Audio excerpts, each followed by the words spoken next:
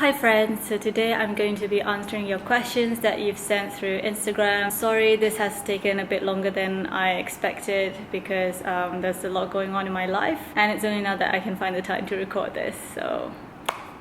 So yeah, let's get started. The first question is, how long have you been vegan? 4 years. How did you start being a vegan and was it hard? Because I'm actually kind of struggling with finding better food choices but never once thought of backtracking. First of all, that's amazing that you're not thinking of backtracking your decision because it can be really hard and tempting to just go back to your usual ways. I too have not thought of backtracking. I haven't fallen back, only unintentionally, and I think that shows how much you truly care about the cause. I really can't remember how I first came across veganism. It's either through a random article or YouTube video. I remember watching YouTubers at that time showing their what I eat in a day videos, yeah, and that was 4 years ago. But what really sealed the deal for me almost was the documentary Cowspiracy. At that time I was trying to be more environmentally aware. I've always had this, appreciation for nature, but I was never really an outdoorsy type or a nature person, funny enough. Yeah, but Cowspiracy really opened my eyes. It just showed me the reality. I was shocked to find out, about factory farms, how animals are being crowded in small spaces. For most people they can just shut it off, but for me, I guess it was just me being an overthinker and thinking, oh my god, what if it was me in that position, even though yeah, there are different species, but there have been humans, in cages, in jails, in confined spaces. Yeah, and I was just like thinking, what if it was me? It just took A, knowledge of what's happening, and B, thinking, what if I'm in that position? And that's empathy to me. It wasn't hard because with knowledge and acceptance of the situation, the reality of it, I can then move forward and think, what should I do then? What should I do with this knowledge? And there's so many tips out there about how to be vegan, how to cook your vegan food, how to buy vegan items. And with this era of technology, it's so much easier to search for anything. Google, man, use Google. If not Google, YouTube. Third question, what are your go-to vegan meal preps? I don't prep food that much because A, I work from home, and B, when I was working in an office, I tend to buy food outside rather than pre-pack my lunch. But if I do pack food, I would cook pasta. Pasta is the easiest thing ever. Overnight oats is another thing. It keeps you full for longer. And also baked sweet potatoes. It's a nice snack. Okay, number 4. I want to start plant-based diet but not sure where to get variety of food selection so I won't get stuck eating boring salad every single day. Is all vegan restaurant you went consider halal? No alcohol used in their food. Okay, so I think there's 2 parts to this question. So the first part is this person wants to start this plant-based diet but want to get a variety of food so that they won't have to eat salad every day. This is such a misconception, oh my god. Vegans don't just eat salad. We don't eat just grass. I guess omnivores, people who eat meat and vegetables and all that, we tend to see salad as the benchmark of health foods, and people tend to see it as boring. For me personally, I don't think salad is boring. It's just a perception thing. I see salads as colorful and nutritious. I think the boring part is that it's without any taste or any sauce or oil, or it's just plain leafy veg. But you can mix and match with anything, literally anything. You can get vegan mayo, you can get tahini, you can put hummus into your salad, and then you can put some nuts, seeds, tofu, tempeh, anything you can put on your salad. But if you're not a big fan of salad, that's fine. You can get a variety of food in the supermarket or in restaurants. If you cook for yourself, you can get any vegetables available. There are loads. You can get potatoes, sweet potatoes, mushroom, tofu, tempeh, carrots, cucumber, bok choy, tauge.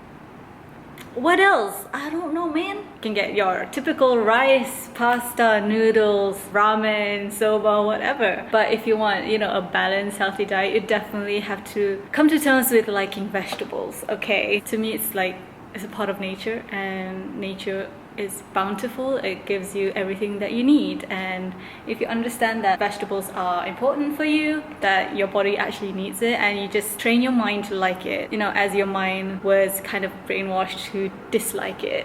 But if you're eating out, it depends on where you go. Most fancy places have pasta aglio olio, so you can get that.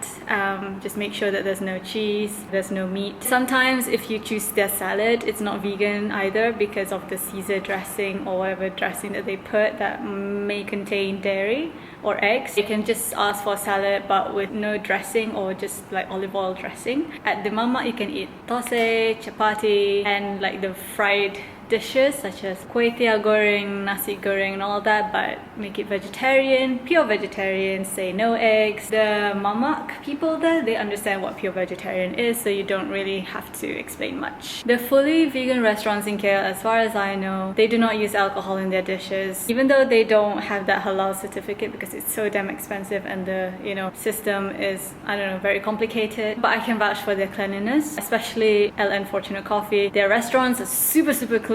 My mom even likes it. She's like the clean freak of the clean freaks. So LNFC is clean. Question 5. How did you get into dancing and how did your family react? So in case you didn't know already, I dance.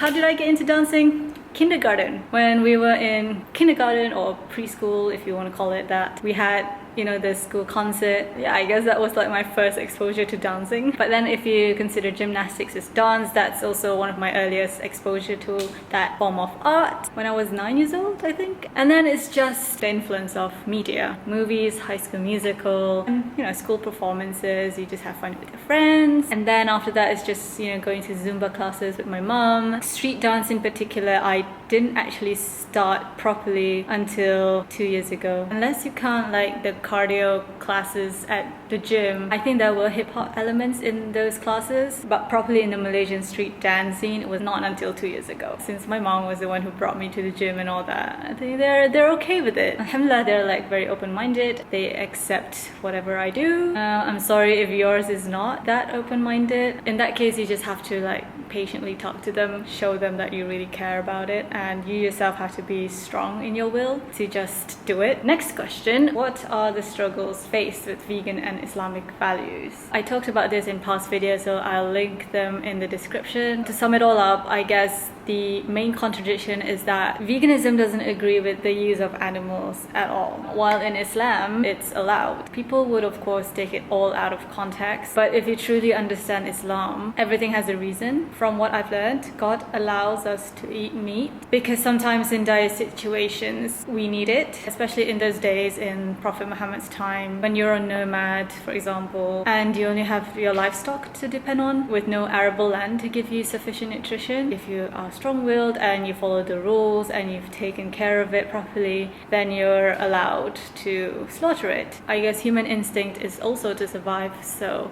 in that situation it is allowed to slaughter that livestock. But what people don't know is that we can't just simply slaughter animals. We have to kill them in a certain way and we have to actually raise them properly. So the struggle now mostly comes from explaining this to vegans who are not Muslim and to Muslims who don't quite understand veganism. And for me personally is to explain my decision to relatives, especially when we come together during Eid, if they dare ask me, because most of the time they don't ask me this. Some would argue with me about because God gives us animals to eat and all that. Those arguments you really can't argue with, because that's their understanding, that's their belief, and they want to be right. For me, I tend to stay away from that kind of one-sided argument almost, unless they really want to listen to my point of view and kind of accept my point of view even though it's different from theirs. I think that's the main struggle for me. It's not the practice of veganism and Islam itself, but explaining the reasoning behind it, and also coming to terms with people who don't quite want to accept your position, your stance. Yeah, and I'm also trying to still figure out how I can contribute to Eid Adha time. Do I just pay zakat or donate and I'm good? I don't know. I'm still figuring that out. So if you know anything about it, let me know. Okay, so next question. Why do you talk about your period so much in your videos? Yeah, I don't talk about my period all the time, but I guess this friend saw my IG stories a few months back, me talking about periods and how it's unfair that we women aren't given compassionate leave when we're on our first day or second day of period, because it's excruciatingly painful. We should have that right, okay? And I recently talked about it in one of my videos because I was on my period as well at that time. I'm currently in the dilemma of being sustainable with my period. I still struggle to put on the menstrual cup. I'm trying. I don't quite like to wear the reusable pads, mostly because of the washing. It's hard to wash the blood off. Like, I've used everything, there are still stains on it. Yeah, I guess like the way I cope with the whole situation is to talk about it. When the question comes to mind, when the topic comes to mind, like, I don't have people to talk with, so like you are the people. So I'm sorry if it annoys you.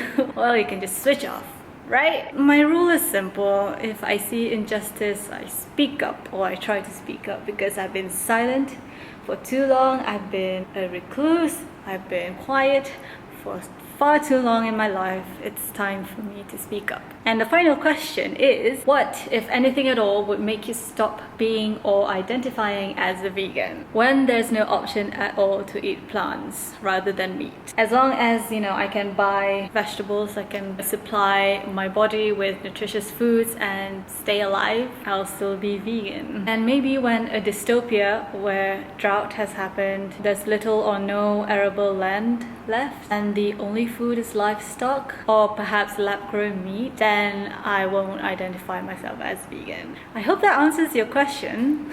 What about you? What do you think? If you have any thoughts on any of the questions, let me know down in the comments. So yeah, that's it for today. Thanks for watching, and I hope you have a great day ahead. Bye!